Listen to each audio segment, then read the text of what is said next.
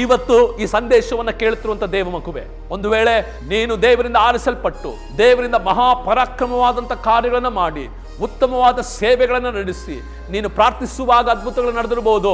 ನೀನು ಒಂದು ವೇಳೆ ಅನೇಕರನ್ನು ಪ್ರೋತ್ಸಾಹ ಮಾಡಿದಂಥ ವ್ಯಕ್ತಿ ಆಗಿರ್ಬೋದು, ಅನೇಕ ಆತ್ಮಗಳನ್ನು ಗೆದ್ದಂಥ ವ್ಯಕ್ತಿ ಆಗಿರ್ಬೋದು, ಅಥವಾ ಆತ್ಮಿಕವಾಗಿ ಉತ್ತುಂಗವಾದಂಥ ಆ ಒಂದು ಶ್ರೇಣಿಯಲ್ಲಿ ಬೆಳೆದು ಬಂದವನಾಗಿರ್ಬೋದು.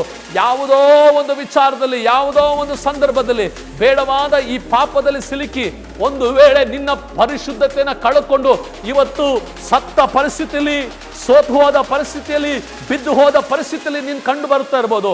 ಇವತ್ತು ದೇವರು ನಿನ್ನ ಸಂಗಡ ಮಾತನಾಡುವಂತ ಒಂದು ವಿಚಾರವೇನಂತ ಹೇಳಿದ್ರೆ, ಈಗೋ ಸಂಸೋದನ ಹಾಗೆ, lord give me one chance, ದೇವ್ರೇ ನನಗೊಂದು ಅವಕಾಶವನ್ನ ಕೊಡ್ರಿ, ಇದೊಂದು ಬಾರಿ ನನ್ನನ್ನು ಬಲಪಡಿಸಿ ಎಂಬುದಾಗಿ ನೀನ್ ಮೊರೆ ಇಡುವುದಾದ್ರೆ, ಸಂಸೋನನ್ನ ಬಲಪಡಿಸಿದ ಅದೇ ದೇವರು ಇವತ್ತು ನಿನ್ನನ್ನು ಬಲಪಡಿಸಲಿಕ್ಕೆ ಶಕ್ತನಾಗಿದ್ದಾನೆ.